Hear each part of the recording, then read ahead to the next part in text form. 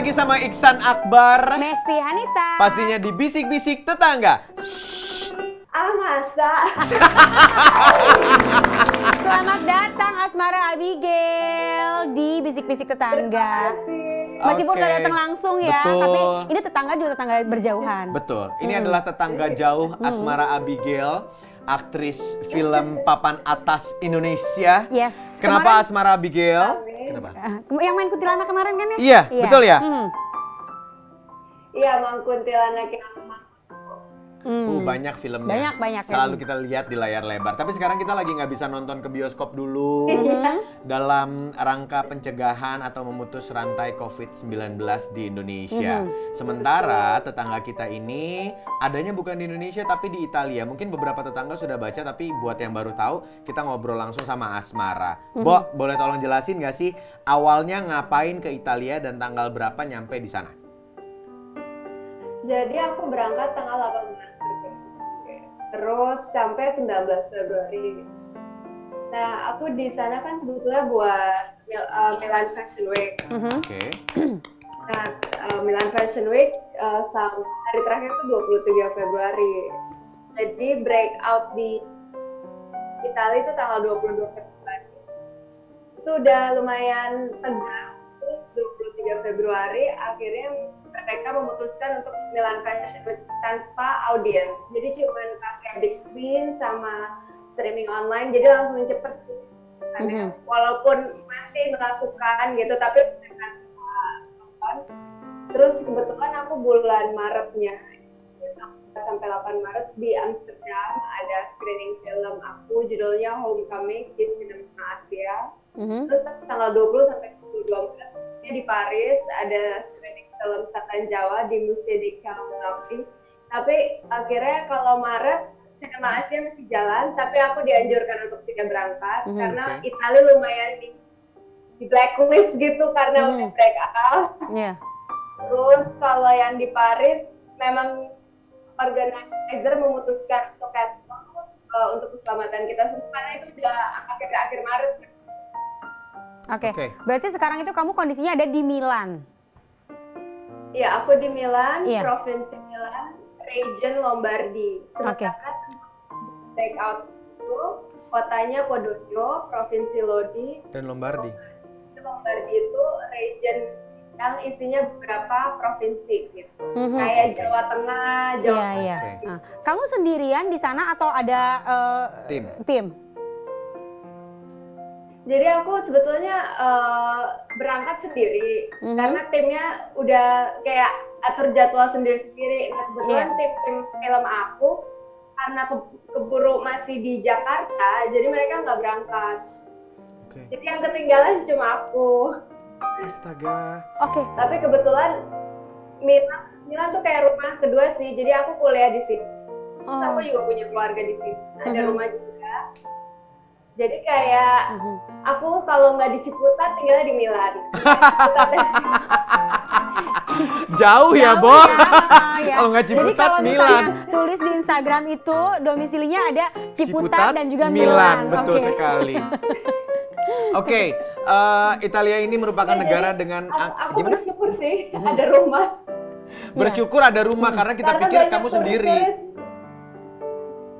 Iya, karena banyak turis-turis juga kebingungan. Kayak mau kalau disuruh lockdown masa suruh stay di hotel. Iya, kan mau sebulan. berapa? Iya, betul sekali. Jadi kamu sekarang kondisinya ada di rumah keluarga? Iya, di rumah keluarga. Oke, jadi nggak terlalu sepi ya. Takutnya kan kamu tiba-tiba sendiri. Udah ketinggalan di Milan sendiri, tinggalnya sendiri lagi. Tapi ternyata enggak ya, ada keluarga di sana ya. Oke, Asmara, Nggak ada. kalau misalnya tadi kamu bilang turis-turis gitu ya, itu yang nasibnya mungkin nggak seberuntung Asmara punya keluarga gitu. Di sana denger nggak sih berita-beritanya mereka tuh akhirnya gimana?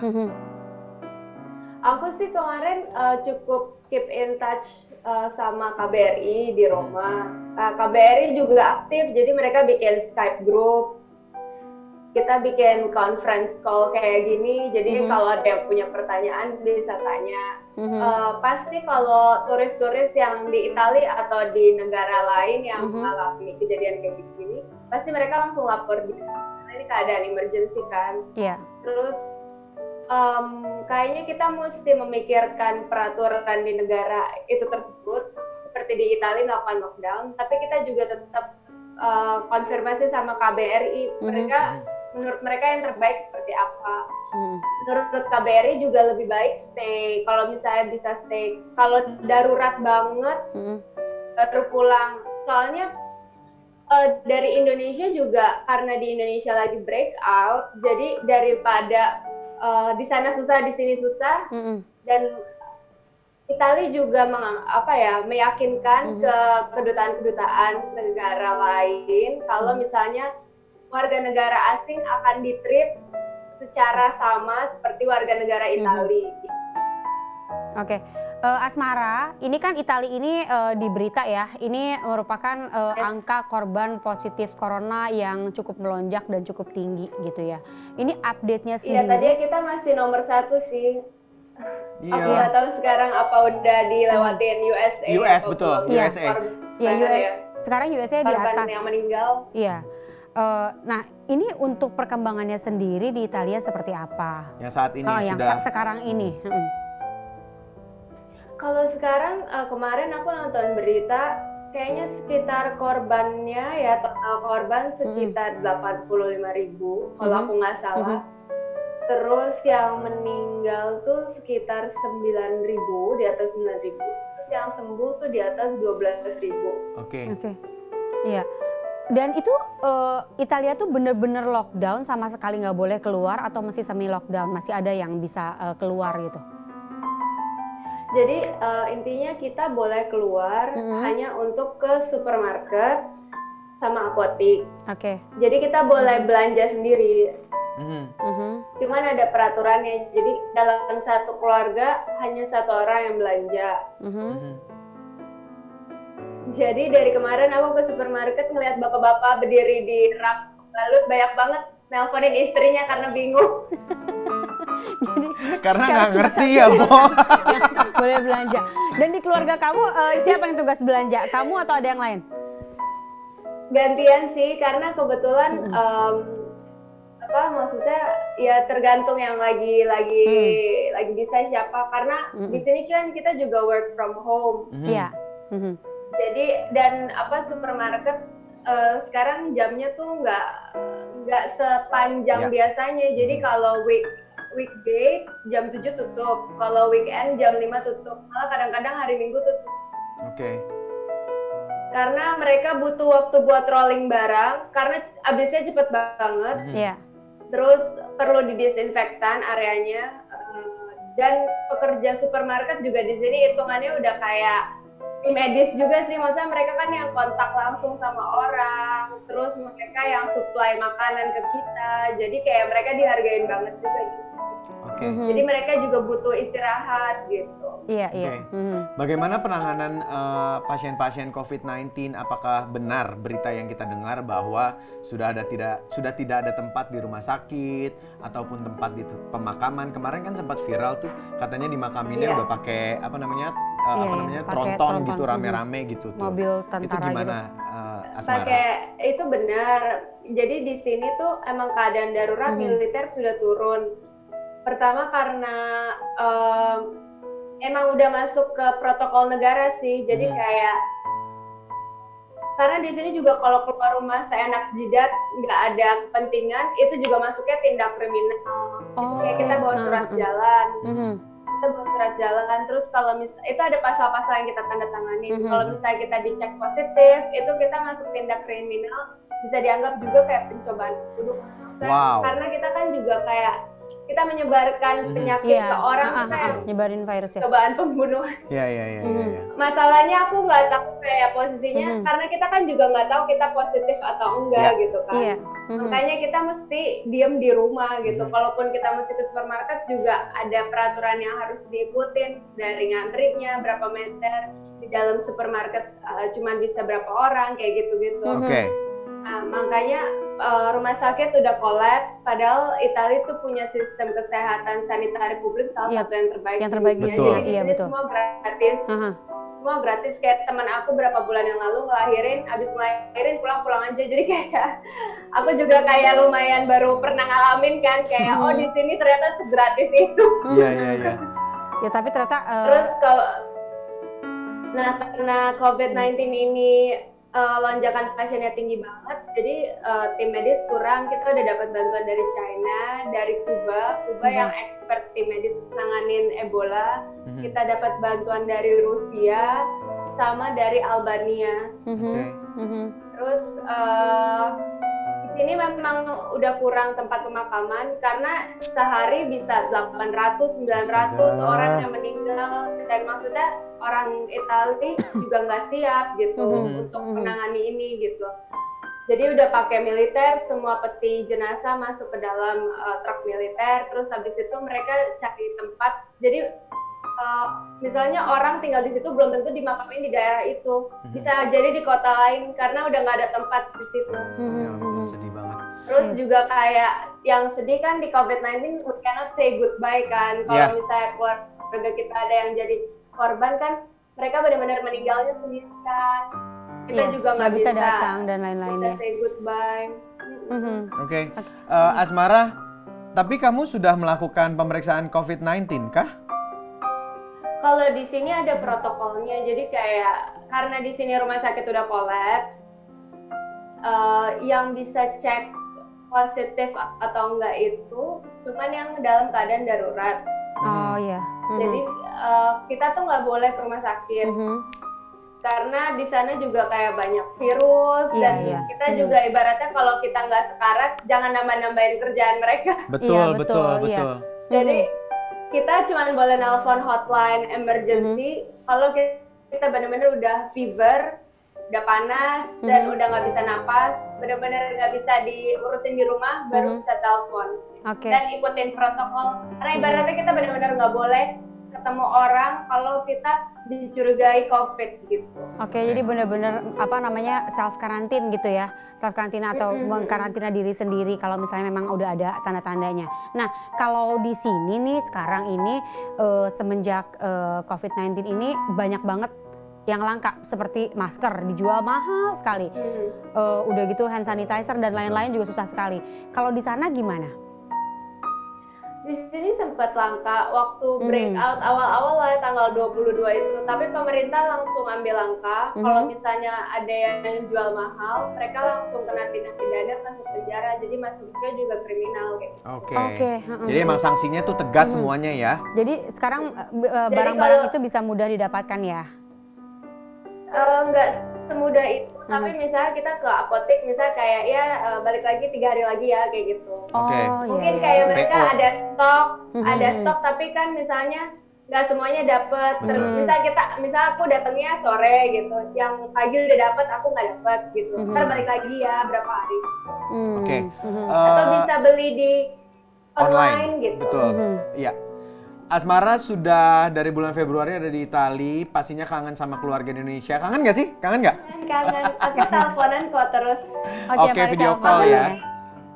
Kangen dan khawatir juga sih, karena maksudnya aku kan ngalamin duluan. Dan udah lihat rumah sakit di Eropa semuanya kolaps. Jadi aku kepikiran banget di Indonesia kayak gimana. Iya. Semoga kita nggak nyampe seperti apa yang kamu alami saat ini di Itali. Tapi kita pengen tahu, Asmara ada rencana untuk pulang dalam waktu dekat nggak? Udah plan belum? Udah plan sesuatu nggak? Pertama, aku nunggu jawaban dari maskapai penerbangan aku yang tidak menjawab email aku. Betul. Karena beberapa maskapai penerbangan tuh tutup. Iya, betul. Nggak ada penerbangan. Karena gitu kayaknya aku yakin banget mereka juga pusing sih, kayak email kayak aku pasti banyak banget gitu kan. Jadi kayak customer service lagi pusing. Jadi aku urusan kayak cancel hotel, mau reschedule penerbangan, ngurus asuransi perjalanan aku, tiga-tiganya ini slow respon.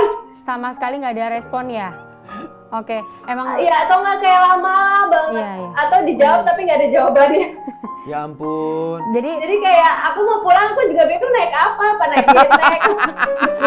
Kalau deket bisa pakai ojek ojol ya, tapi karena jauh ya tetap jadi harus lihat kondisinya seperti apa.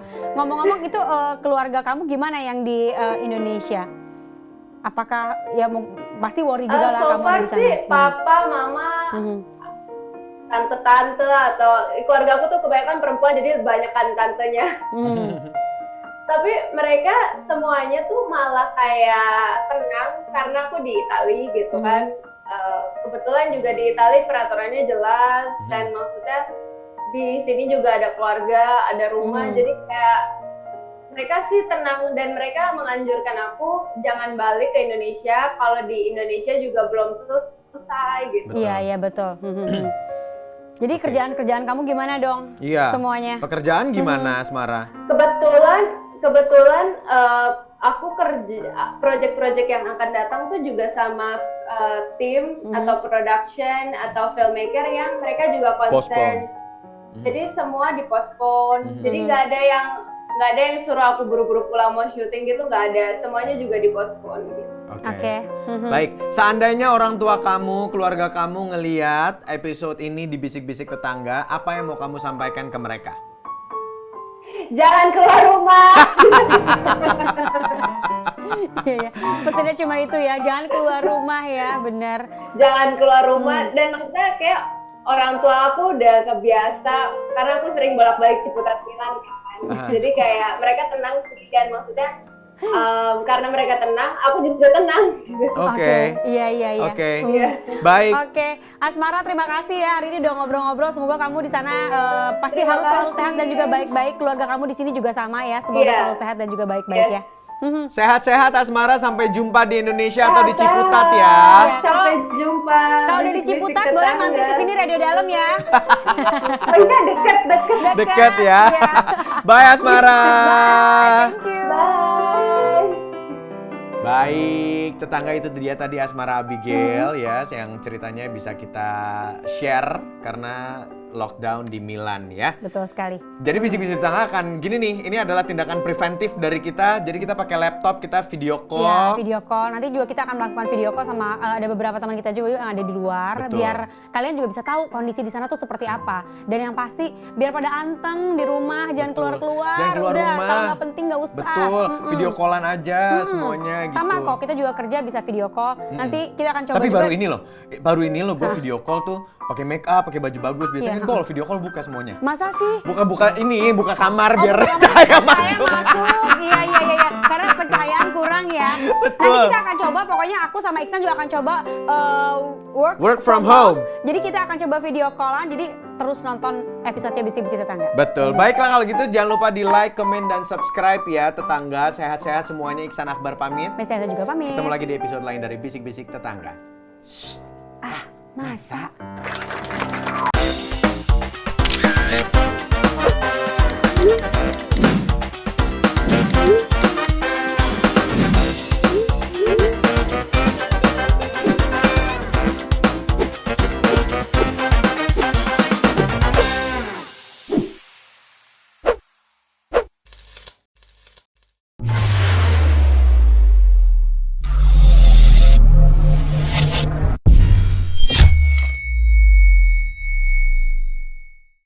Hai tetangga, jangan lupa dong. Buat nonton video-video seru lainnya nih. Nih kayak gini. Video kita jangan lupa like, comment, dan subscribe juga.